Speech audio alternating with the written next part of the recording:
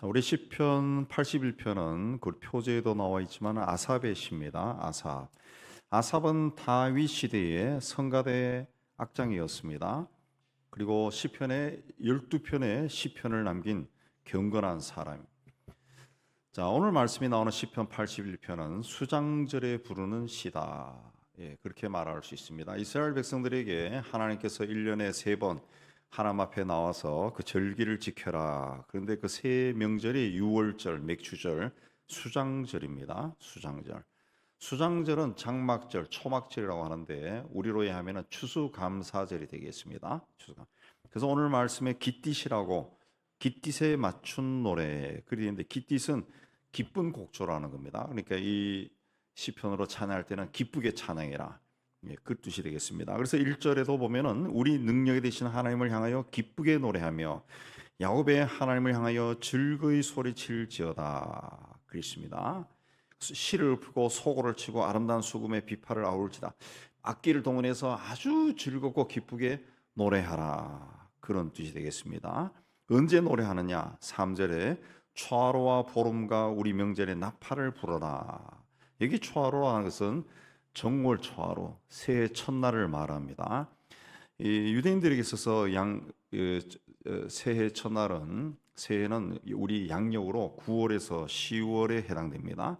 그때 나팔을 불면서 새해를 시작했다 해서 나팔절 그렇게도 이야기하는데 그 보름부터 8일 동안 계속되는 명절이 바로 수장절입니다. 수장절, 초막절, 장막절 그렇게 하는데 그러니까 시편 81편은 새해 부르는 노래라는 거죠. 새해가 됐을 때 노래하는데 하나님이 우리를 이곳까지 인도해 주셨구나. 하나님이 우리를 구원해 주셨구나.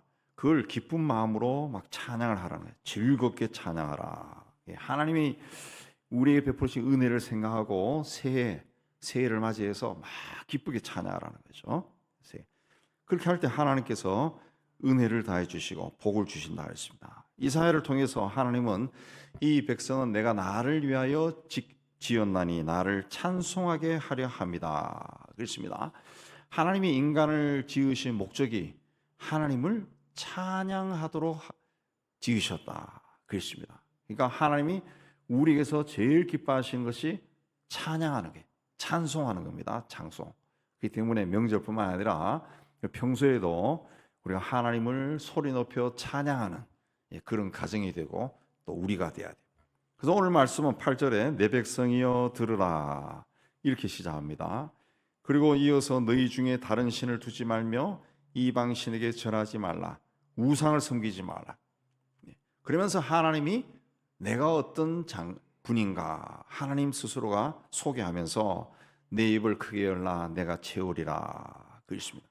내 입을 크게 열라라고 말씀하신 것은 꿈을 꾸고 그것이 이루어지기를 간절하게 구하라 그런 뜻입니다.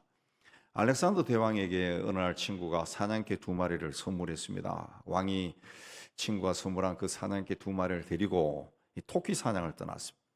이 개들이 땅에 뒹굴기만 할 뿐 토끼를 잡을 생각을 전혀 하지 않습니다. 그 토끼도 못 잡고 돌아왔어요.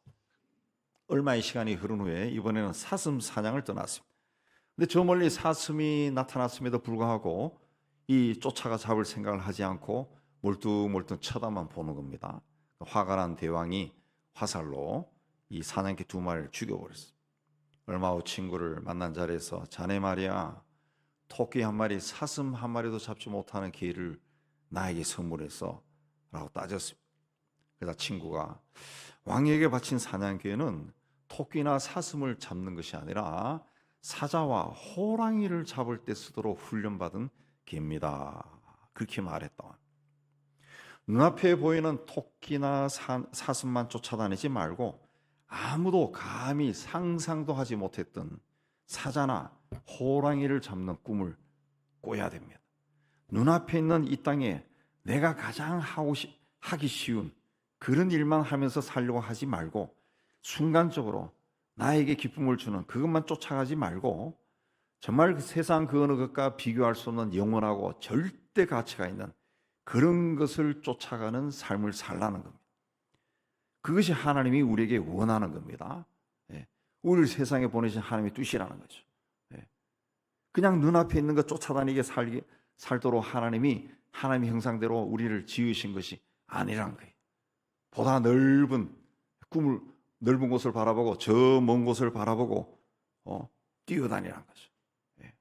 그냥 눈앞에 있는 것이 잘 안 되고 뭔가 안 된다 해서 낙심하고 좌절하지 말고 멀리 바라보라는 거죠. 좀 큰 꿈을 꾸라는 거죠. 예. 토끼나 사슴이 안 잡힌다고 불평하지 말고 사자나 호랑이를 잡는 꿈을 꾸라는 거예요. 그래서 내 입을 크게 열라. 내 입을 크게 열라. 하나님을 위해서 한번 큰 꿈을 꾸어라. 나도 하나님을 위해서 뭔가 해보겠다. 내 인생이 그냥 사는 것이 아니라 하나님의 나를 통해서 일을 할 수 있도록 나도 한번 나를 들여보고 싶다. 그런 꿈을 가지라는 거죠. 꿈을 가지.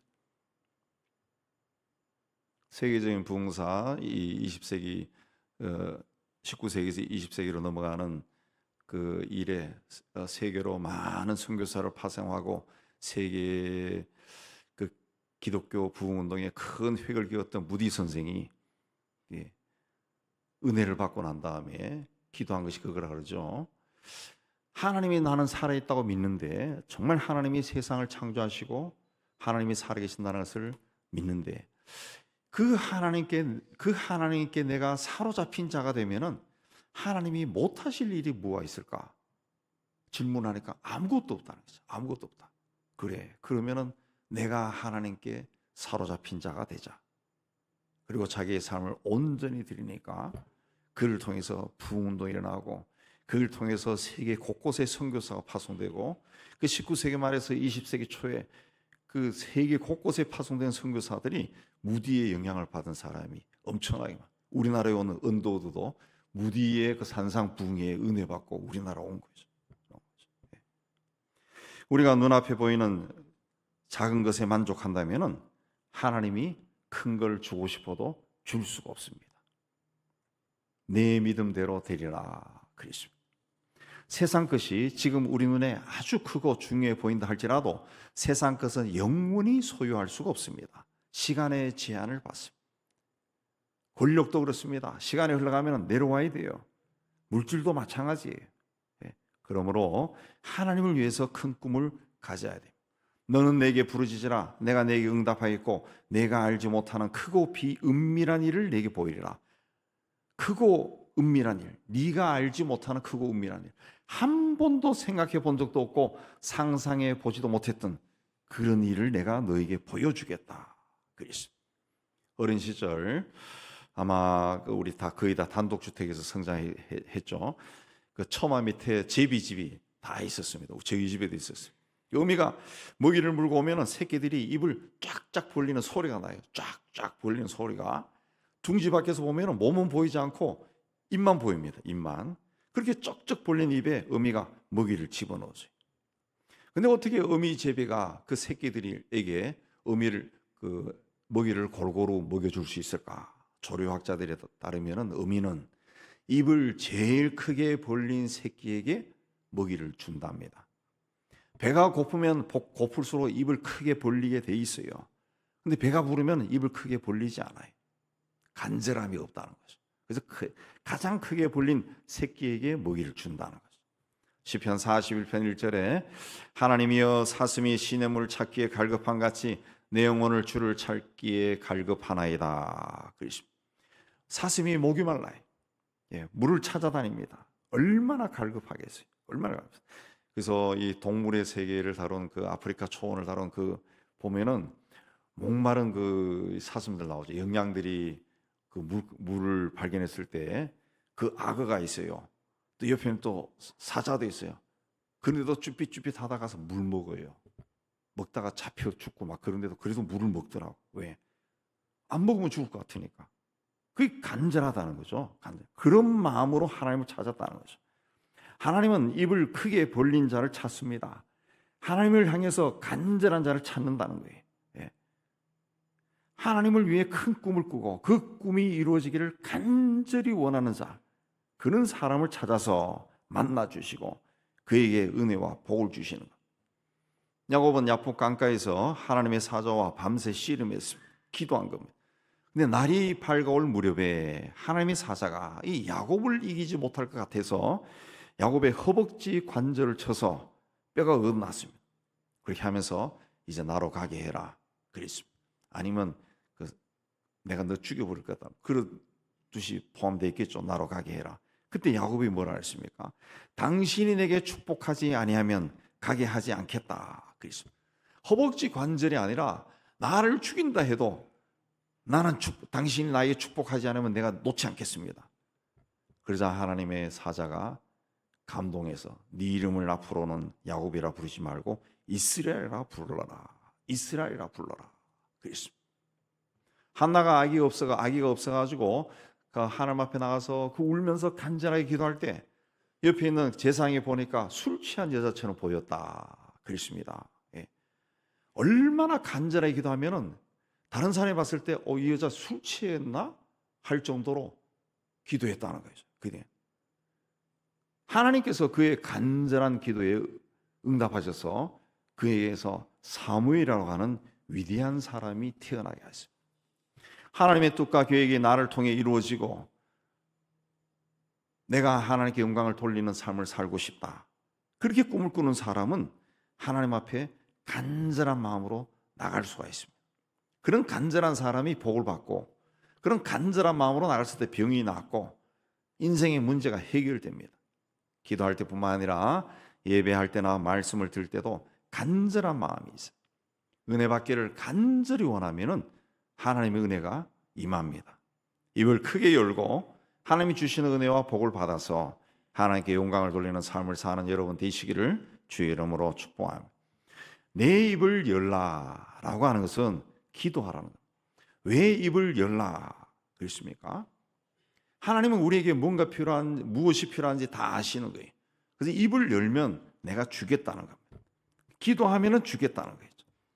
하나님께서 에스겔 선지자를 통해 이스라엘에게 복을 주겠다고 약속하셨습니다. 그런데 에스겔 36장에 보면은 그래도 이스라엘 족속이 이같이 자기들에게 이루어 주기를 내게 구하여야 할 것이다.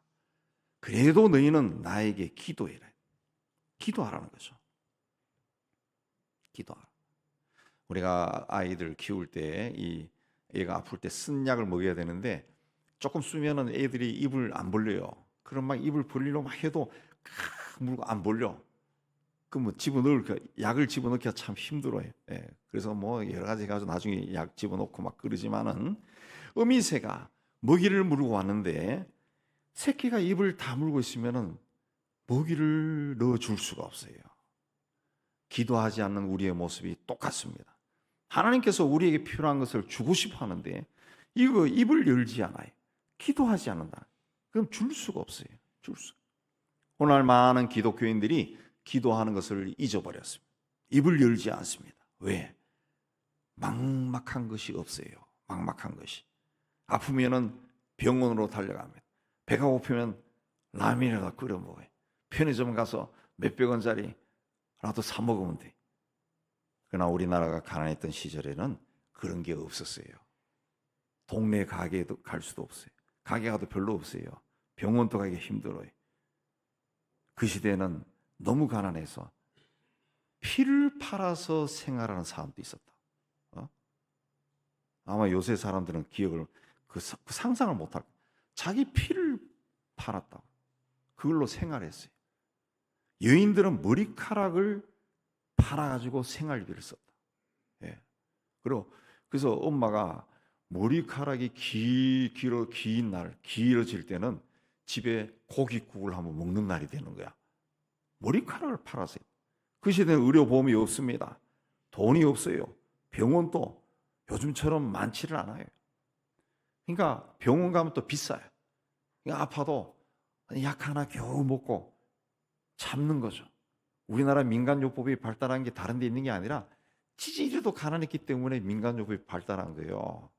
그러니까 산에 가서 뭐 직뿌리 캐먹고 뭘 나뭇잎 뜯어먹고 병원 갈 돈이 없으니까 그렇게 하다가 이제 뭐 수백 년 수천 년 내려오면서 그 어떤 풀 뜯어먹고 죽고 막 몸이 붓고 그랬겠죠.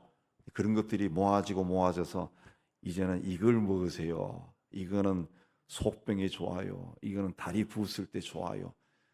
민간요법에는 인간의 몸에서 일어나는 모든 병을 다 다스리는 약초가 있습니다.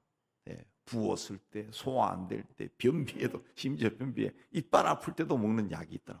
다 있어요. 가난해서 그렇다. 가난해서. 예. 먹을 것이 없을 때는 물로 배를 채웠다. 물로. 도움을 받을 곳이 없어요. 그 병에 걸리거나 굶주리거나 혹은 절실하게 필요한 것이 있으면 예수의 복음이 들어온 후에 하나님 앞에 나왔다. 복음이 들어오기 전에는 비나이다 비나이다 했죠. 간절하게 기도할 수밖에 없었다. 그 간절한 우리 민간 신앙에 기독교의 복음이 접목이 되면서 간절하게 기도하기 시작.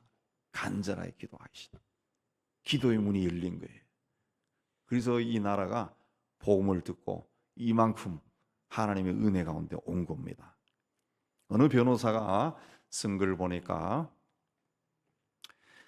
자기가 변호사 일 활동할 때 그 법대 위에 앉아가지고 아주 고압적이고 아주 그런 법관이 있었다. 고위 법관이 있었는데 어느 날 그 사람이 퇴임해가지고 그 법정에서 한번 보내 그 변호사가 돼가지고 법정에서 왔는데 자기가 봤다는 거지.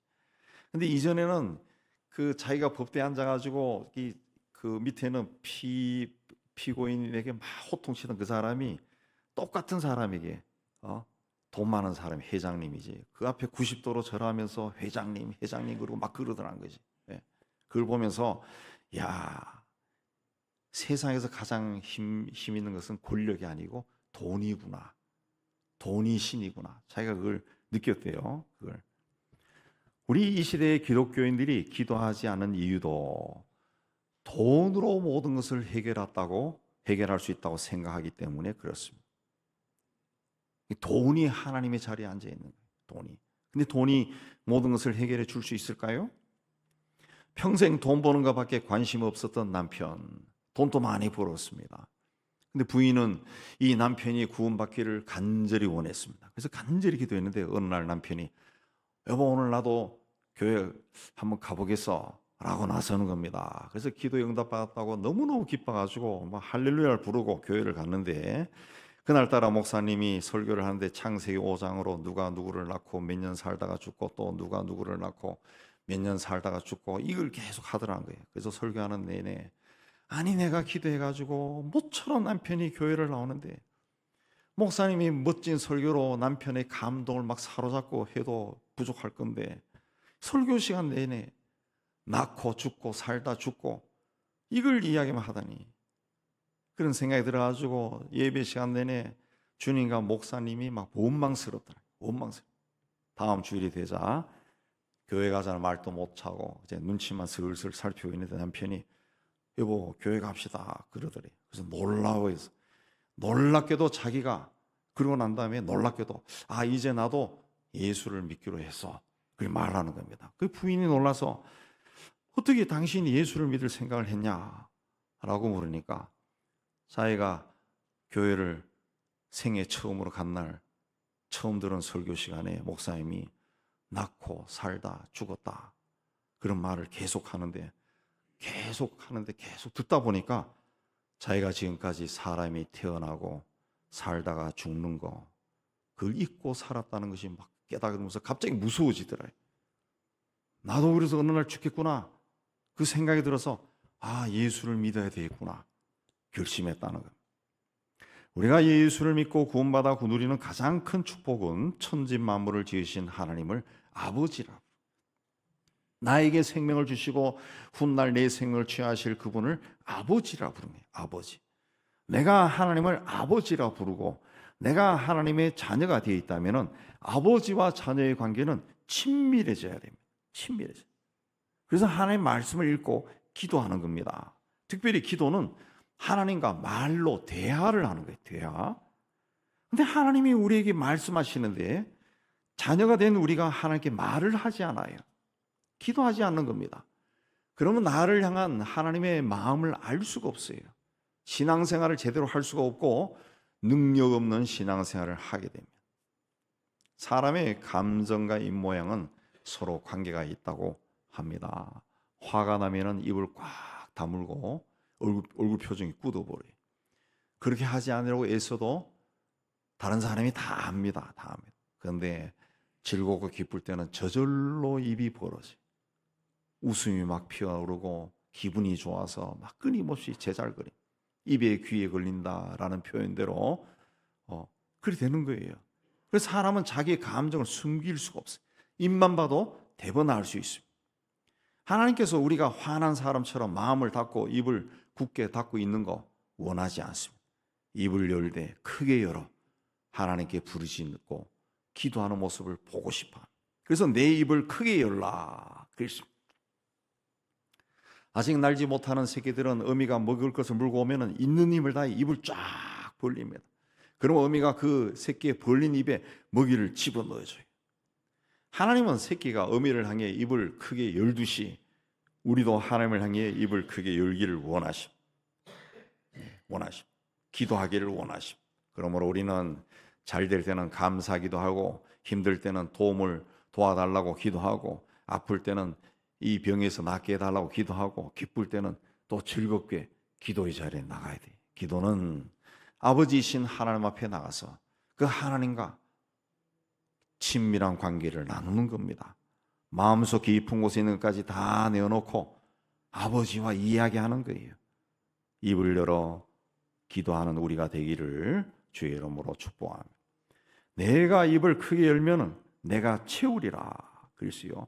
미국의 남북 전쟁이 1861년에서 1865년까지 일어났는데 남부 7개주가 동맹을 결성해서 노예 해방에 반발하면서 시작되었습니다. 이 전쟁으로 당시 인구의 3%에 해당하는 103만 명의 사상자가 발생했습니다. 그러나 미국의 노예 폐지 운동은 이 남북 전쟁이 일어나기 거의 100년 전부터 시작이 되었습니다. 그래서 남북 전쟁으로 노예 해방이 되었지만은 1960년대 마틴 루터 킹 목사가 인권 운동을 벌일 때까지도 그러니까 노예 해방이라는 말이 나온 후로 거의 200년이 흘렀는데도 흑인들은 여전히 노예 취급받으며 살았습니다. 흑인인 바네사 윌리엄스가 흑인으로서는 최초로 미스 아메리카가 된 것이 1983년입니다. 83년. 그러니까 노예 해방을 위해서 남북 전쟁이 일어난 지 100년이 지나서 겨우 흑인 미스 아메리카가 태어난 거예요. 1619년에 미국에서 흑인 노예 역사가 시작이 되었는데 1775년에 미국이 건국이 되었습니다. 그 미국 흑인 노예 역사는 미국 건국보다 한 150년 이상 일찍 시작이 되었어요. 네. 그렇지만은 그 300년이 흐르도록 이 같은 미국인으로서 여기지 않았다는 거죠. 지금도 그래요. 지금도 그렇게 지배자였던 백인들에게서 흑인은 노예다 이런 생각이 그 오랜 세월 동안 뽑히지 않았다는 거예요. 지금도 그런 걸 가지고 있잖아요. 지금도. 그런데 인권이라고는 조금도 없던 고대 왕이 통치하던 시대에 그것도 당시 세계에서 가장 강한 제국에서 무려 400년 동안 200여만 명이라는 엄청난 수의 노예 생활을 하던 사람들을 하나님이 해방시켰어요. 모세가 바로 왕 앞에 가서 10가지 재앙으로 대결했다라고 하는 것은 노예 해방이 얼마나 어려웠는가 그걸 상징적으로 보여주는 겁니다. 근데 그 노예들을 해방시켰다는 거예요. 그래가지고 그들을 하나님의 백성으로 삼았다는 거죠. 그래서 구약에서는 항상 하나님을 애굽 땅에서 인도하여 내신 여호와 하나님 그렇게 표현합니다. 근데 애굽 땅에서 인도하여 낸 여호와 하나님한 표현이 그냥 한 줄로 적힌 게 아니라 이건 인류사에서 있을 수 없는 일을 하신 분이란 그런 뜻입니다. 오늘 10절에서도 나는 너를 애굽 땅에서 인도해 낸 여호와 내 하나님이다. 하나님이 자신을 가리켜서 내가 너를 애굽 땅에서 인도하여 낸 너의 하나님이다. 그랬습니다. 너의 하나님. 내가 말하는데 내 입을 크게 열라. 내가 채울 것이다. 그랬습니다. 감히 할 수 없는 애굽에서 노예 생활하던 세계에서 가장 강한 나라에서 종로로 타던 너희들을 내가 해방시켰는데 너희가 무언가를 구하면 내가 왜 주지 않겠느냐? 주겠다는 거죠. 구하라는 거예요. 내가 채워주겠다는 거예요. 채워주겠다. 하나님은 우리를 죄 가운데서 구원하여 주셨어요. 죄라고 하는 것도 우리가 생각할 때는 뭐 세월이 흘러서 그냥 죄 뭐 이렇게 하지만은 이 죄라고 하는 것은 굉장히 무서운 거죠. 하나님과의 관계가 끊겨버린 거고 장차 우리가 믿지 않으면 지옥으로 떨어져서 영생하는 겁니다. 무서운 거예요. 무슨 하나님이 봤을 때는 이 죄가 굉장한 겁니다. 굉장히 우리 인간이 느끼는 죄와 하나님이 느끼는 죄는 차원이 달라요. 하나님 봤을 때는 굉장한 거예요. 그래서 하나님이 죄에서 구원하기 위해서 독생자를 보내셨다. 자기 아들을 보내셨다. 이건 하나님 편에서는 어마어마한 사건이에요. 그래서 이걸 하나님 스스로 복음이라고 했어요. 복음이다. 너희들에게는 복음이다. 그래서 복음이란 말은 인간이 만든 게 아니라 하나님이 그렇게 말씀하신 거예요. 이건 너희들이 복음이라는 거죠. 복음. 그러니까 하나님은 우리를 죄에서 출애굽하기 위해서 독생자를 희생했어요. 그래서 바울은 자기 아들을 아끼지 아니하시고 모든 사람 위에 내주신 이가 어찌 그 아들과 함께 모든 것을 우리에게 주지 않겠느냐. 독생자도 주신 분이 우리에게 다른 것을 주지 않겠느냐. 주겠다는 거죠. 얼마든지 좋은 것을 주겠다는 거예요. 그래서 구하라 주실 것이요, 찾으라 찾을 것이요, 두드리라 열릴 것이다. 그랬어요. 나는 내 하나님이니 내가 채우리라. 하나님은 나의 하나님이에요. 나의 하나님은 언제나 나에게 좋은 것으로 가득 채워주시는 분이에요. 근데 조건이 있습니다. 9절에 너희 중에 다른 신을 두지 말며 이방신에게 절하지 말라. 하나님만 바라보라는 거죠. 하나님만 섬기라는 거죠. 하나님보다 더 사랑하는 것이 있으면 주지 않겠다는 거예요. 오직 마음과 뜻과 정성을 다해서 하나님만을 섬기라는 거죠. 그러면 우리의 필요를 채워주신다. 하나님은 오늘 말씀에 내가 너를 채워주리라. 내가 채워주리라. 하나님은 채워주시는 거예요. 하나님은 텅 비어있는 공간을 원하지 않습니다. 하나님은 우주 만물을 창조하시고 하늘도 별로 가득 채웠습니다. 인간의 눈으로 약 6천 개의 별을 볼 수 있다고 하는데, 그러나 우주 공간에는 우리 눈에 들어오는 이 태양계와 같은 것이 수억 개 존재하고 또 태양계를 포함한 은하계도 수억 개가 있다. 온 하늘이 별로 가득 채워지는 거예요. 우리가 사는 이 지구라고 하는 땅덩이도 온갖 동식물로 가득 채워져 있습니다. 바다는 물고기로 가득 차 있고 하늘은 새로 가득 차 있고 땅은 사람과 식물과 동물로 가득 채워져 있습니다. 아담과 하와를 지으고 축복할 때도 생육하고 번성하여 땅에 충만하고 땅을 정복하라 그랬어요. 그러므로 생육하고 번성해서 땅을 가득 채우는 것이 하나님의 뜻이라는 거죠. 하나님의 뜻이라는 거죠. 어린 시절에 우리 학교나 교회에서 운동회를 했습니다. 운동회. 옛날에는 텔레비전에 이런 게 없어가지고 운동회 하면은 아주 즐거운 날이었어요. 동네 잔치였어요. 그 운동회 때 가장 많이 한 것이, 옛날에는 저희가 이 어린 시절에는 공이 없었어요. 공이. 뭐 축구 이런 거 없어요. 좀 한다 그러면 배구나 했지. 제일 많이 한 것이 달리기입니다. 달리기. 달리기 종류가 굉장히 다양하게 많았어요. 아마 여러분들도 기억할 거예요. 같이 출발할 때 옛날에는 일본말로 요이땅 그랬다. 요이땅 그러면 이제 막 쫓아가는데, 얼마쯤 달리면 한 20m, 한 50m 좀 달리면은 그 모래더미에 종이가 숨겨져 있어요. 그 종이 딱 펴보면은 선생님과 달리기, 뭐 이런 거 있고, 뭐 유치원생하고 달리기, 모자 쓴 사람과 달리기, 교장 선생님과 같이 달리기, 이런 게 나와요. 그다음에 또 업고 달리기, 또 할머니하고 달리기, 뭐 이런 게 나와요. 이런 게. 그러면은 이제 그 보는 순간 이제 난리가 나는 거지. 교장 선생님 어딨노? 그러면 교장 선생님이 교장실에 들어가 보이지. 그럼 막 쫓아가서 데리고 나오고, 할머니하고 달리기, 누구 업고 달리기. 그럼 뭐 업고 막 뒤뚱 걸고. 할머니가 달릴 수 있습니까? 할머니하고 달리기 하면 쫄지 않은 거지. 그게 있었어요. 누구하고 달리냐에 따라 가지고 등수가 제일 앞에 갔던 사람도 꼴찌가 돼요. 꼴찌가 돼요. 인생길도 똑같습니다. 누구하고 달리느냐에 따라 가지고 결승점에 들어가는 것이 달라지는 거예요. 나보다 더 잘 뛰는 사람, 나보다 더 잘 뛰는 사람하고 달리면은 잘 달릴 수가 있어요. 잘 달릴 수가 있어요. 능력이 많은 사람하고 달리면은 능력 있는 삶을 살 수가 있어요. 인생은 혼자 뛰는 것이 아니에요. 하나님은 우리와 함께 뛰자 그랬습니다. 내가 채워주겠다 그랬습니다. 이걸 경험했던 다윗은 여호와는 나의 목자시니 내가 부족함이 없으리로다 그랬습니다. 이스라엘 땅에 3년 반 기근이 닥쳤을 때 하나님은 엘리야를 그리 시냇가에 숨기시고 시냇물을 먹게 하고 까마귀를 통해서 빵과 고기를 공급해 주셨어요. 또 사르밧 가부의 집에 가게 하셔서 그 집도 축복해 주셔서 기름과 밀가루가 떨어지지 않게 해 주셨어요. 16절에도 내가 기름진 밀을 그들에게 먹이며 반석에서 나오는 꿀로 너를 만족하게 하리라. 입을 열어서 하나님을 찾고 부르짖는 자들에게 내가 너를 만족하게 하리라. 인생길을 걸어가다 보면은 부족한 것 투성입니다. 투성이에요. 몸이 허약해서 에너지가 부족하고, 면역력이 약해서 병도 잘 걸리고, 지혜도 부족하고, 지식도 부족하고, 물질도 부족하고, 능력도 없고, 그때마다 나에게 누군가 조금만 도와줬더라. 우리 뭐 나이 든 사람들은 또 돌아보면 저도 가끔 그래.